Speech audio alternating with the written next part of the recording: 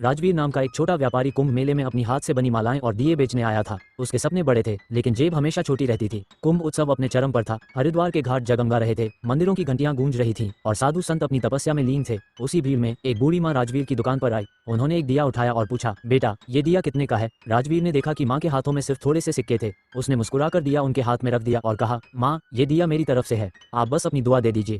बूढ़ी माँ की आंखों में आंसू आ गए। उन्होंने राजवीर का हाथ पकड़कर कहा, बेटा जो रोशनी तू आज मुझे दे रहा है वह तुझे दोगुनी होकर लौटेगी। राजवीर ने इस बात पर ज्यादा ध्यान नहीं दिया और अपने काम में लग गया। रात होने वाली थी, तभी एक व्यक्ति उसके पास आया। उसने राजवीर की सारी मालाएं और दिए बिना किसी मोलभाव के खरीद लिए। राजवीर हैरान हो गया। जब उसने पूछा, आप इतनी चीजें क्यों ले रहे हैं? व्यक्ति मुस्कुराया और बोला, मुझे ये सब एक विशेष पूजा के लिए चाहिए। और हाँ, एक बूढ़ी माँ ने कहा था कि यह सब एक ईमानदार व्यापारी के हाथों से लेना है। राजवीर समझ गया, वह माँ कोई साधारण औरत नहीं थी, बल्कि उसकी अच्छाई की परीक्षा लेने आई थी। उस रात उसने समझा कि कुंभ केवल एक स्नान का मेला नहीं, बल्कि एक ऐसी जगह है जहाँ हर भक्त को अपनी किस्मत से मिलने का मौका मिलता है।